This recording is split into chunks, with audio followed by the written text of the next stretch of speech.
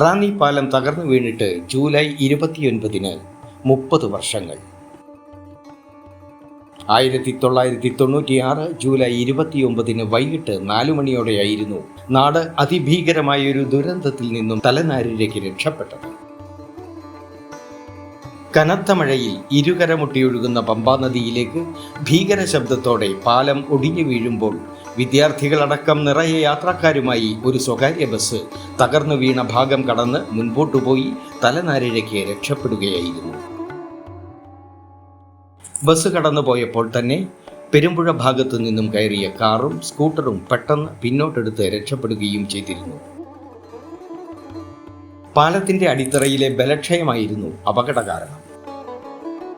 റാന്നി, പഴവങ്ങാടി, അങ്ങാടി എന്നീ പഞ്ചായത്തുകളെ തമ്മിൽ ബന്ധിപ്പിച്ചിരുന്ന ഏക പാലമായതുകൊണ്ട് തന്നെ പമ്പാ നദിയുടെ ഇരുകരകളിലായി റാന്നി രണ്ടായി വിഭജിക്കപ്പെട്ടു.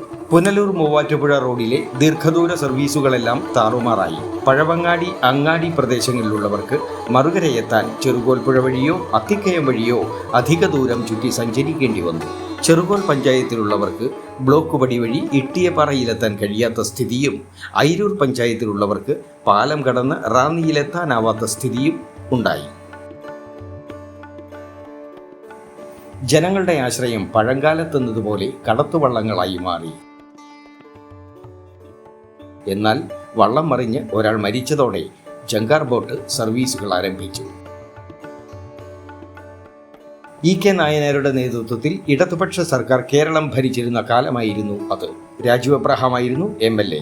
മുഖ്യമന്ത്രിക്കൊപ്പം MLAയും ദില്ലിയിലെത്തി നടത്തിയ ഇടപെടലുകൾക്കൊടുവിൽ സൈന്യത്തിന്റെ ബെയിലി പാലം റാന്നിയിലെത്തി. സാധാരണക്കാർ അന്നാണ് ആദ്യമായി ബെയിലി പാലം എന്ന് കേൾക്കുന്നത്. 4 ദിവസം കൊണ്ട് ബെയിലി പാലം പൂർത്തിയായി. ജനങ്ങൾക്ക് താൽക്കാലിക ആശ്വാസമായി ചെറുവാഹനങ്ങൾ പാലത്തിലൂടെ സഞ്ചരിച്ചു തുടങ്ങി.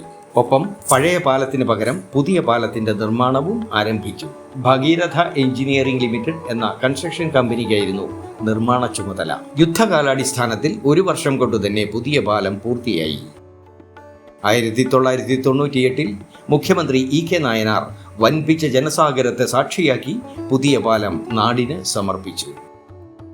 പുതിയ പാലത്തിന്റെ നിർമ്മാണ പൂർത്തീകരണം ഗ്രാമീണ മേഖലയിലെ റോഡ് വികസനത്തിന് വലിയ രാസത്വരകമായി മാറിയതാണ് പിൽക്കാല ചരിത്രം.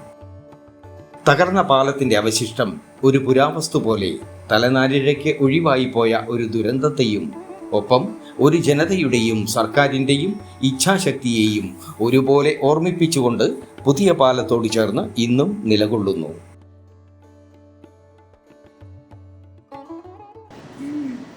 1996 ജൂലൈ മാസം 29 അത് അന്ന് ഞാൻ അയിരൂർ KSB ജോയിൻ ചെയ്ത സമയത്താണ്. അന്ന് ബസ്സിലാണ് യാത്ര. അന്ന് ചെറുകോൽപ്പുഴ ജംഗ്ഷൻ വന്നപ്പോഴാണ് അറിയുന്നത് റാന്നി പാലം പോയി ബസ്സില്ല. പക്ഷെ അവശ്വസനീയമാണ്, പലരും ചുമ്മാ കള്ളം പറയാനോ. പിന്നീട് ആൾക്കാർ പറയാൻ തുടങ്ങി പാലം പോയി, ആൾക്കാർ മരിച്ചു എന്നത് ഒരു ബസ് ഉൾപ്പെടെ ആറ്റിൽ പോയി എന്നാണ് ആദ്യം അറിയാൻ പറ്റും. ഉഷ ബസ് ഉൾപ്പെടെ ആറ്റിൽ പോയി കിംവദന്തികളൊക്കെ ഉണ്ടായി. പിന്നെ ഞങ്ങൾ ബസ്സിൽ വന്നു. നമ്മുടെ റാന്നിക്കരെ സ്റ്റാൻഡിൽ മാമുക്ക് വന്നിട്ട് അവർ നോക്കിയപ്പോഴാണ് വളരെ ഭീകരാവസ്ഥയാണ്. പക്ഷെ ആർക്കൊന്നും അതിന് പ്രവചനിക്കാൻ പറ്റില്ല. ചെറിയ ചാറ്റൽ മഴയാണ്. അപ്പം അതുകൊണ്ട് ആരൊക്കെ എങ്ങോട്ടൊക്കെ പോയി ഇതിനകത്ത് ആരും ഉൾപ്പെട്ടിട്ടുണ്ടോ വീണിട്ടൊന്നും അറിയില്ല.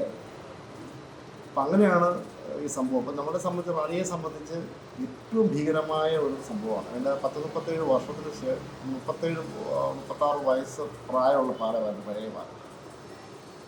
പിന്നീടാണ് വലിയ ദ്രുതഗതിയിൽ നമ്മുടെ ശബരിമലയ്ക്ക് പ്രാധാന്യം കൊടുക്കുന്നത്. നമ്മുടെ അന്നത്തെ ഈ കണമല കോസ്വേ ഇല്ല, പിന്നെ കോന്നിയിൽ നിന്ന് ചിറ്റാറിലേക്ക് ഒരു നീരാവരി വഴികളൊന്നുമില്ല. ശബരിമല എരുവേലി പ്രധാനപ്പെട്ട റോഡ് ഇത് മാത്രമായി. അന്യ സംസ്ഥാനത്ത് വരുന്നവരെല്ലാം ഇതുവഴി അന്നത്തെ കാലത്ത് പൊയ്ക്കൊണ്ടിരുന്നത്. അതിൻ്റെ പ്രാധാന്യം കൊണ്ടാണ് വളരെ പെട്ടെന്ന് തന്നെ കേന്ദ്ര ഗവൺമെൻറ് വന്നു. കേന്ദ്ര ഗവൺമെൻറ് സേന വന്നു. കേരളത്തിൽ ആദ്യമായിട്ട് സിവിൽ ബെയിലി പാലം നിർമ്മിച്ചു. പിന്നെ അവസാനം കാറും ജീപ്പും കള്ളക്കാർക്ക് വേണ്ടി മാത്രമായിട്ട് മാറി. അതുവരെ ഒരു 2.5 മാസക്കാലം കടത്തോളം എടുക്കുന്നു. ആദ്യമായിട്ട് റാന്നിക്കാർ ജങ്കാർ സർവീസ് കാണുന്ന ഒന്നാണ്. അപ്പോൾ പാലം പോയിട്ട് 3-4 ദിവസം കഴിഞ്ഞപ്പോഴത്തേക്ക് ജങ്കാർ സർവീസ് കൊണ്ടുവന്നു. പിന്നെ അന്ന് കടത്തോളം മംഗളവാരം കടത്തോളമൊക്കെ ഉണ്ട്. അങ്ങനെയാണ് ആദ്യം 2-3 മാസം പോയത്. പിന്നീട് ജങ്കാർ വന്നു. ജങ്കാർ വന്നതിന് ശേഷം കേന്ദ്ര സേന വന്നിട്ട് കേരളത്തിലെ ആദ്യത്തെ വേദി പാലം ഈ റാന്നിയിലായിരുന്നു. ആദ്യം ബസ് കയറ്റി കൊടുക്കാൻ വേണ്ടി ആലോചിച്ചു. പിന്നീടത് കാറിലും 4 വീലർ മാത്രമാണ് കയറ്റി വാങ്ങുന്നത്. അവർ പട്ടാളക്കാരാണ് നിൽക്കുന്നത്. അതാണ് ഇതിൻ്റെ ഇതൊരു ചരിത്രം എന്ന് പറയുന്നത്. പിന്നെ കേന്ദ്രമന്ത്രിമാരൊക്കെ ഇത് അതിനുശേഷം വന്നിരുന്നുണ്ട്. സംഘടന പ്രാധാന്യം കണക്കെടുത്തത്. എന്തായാലും അത് വളരെ പെട്ടെന്ന് തന്നെ ഏതാണ്ട് ഒരു 2.5 വർഷം കൊണ്ട് പാലം പൂർത്തീകരിച്ചുള്ളത് കേരളത്തിൻ്റെ ചരിത്രമാണ്. ഇത്രയേറെ സ്പീഡിൽ കേരളത്തിൽ ആദ്യമായിട്ട് പാലം നിർമ്മിച്ചതും കേരളത്തിൻ്റെ ചരിത്രത്തിൽ ഇടം നേടുന്നതാണ്. News bureau Ranni.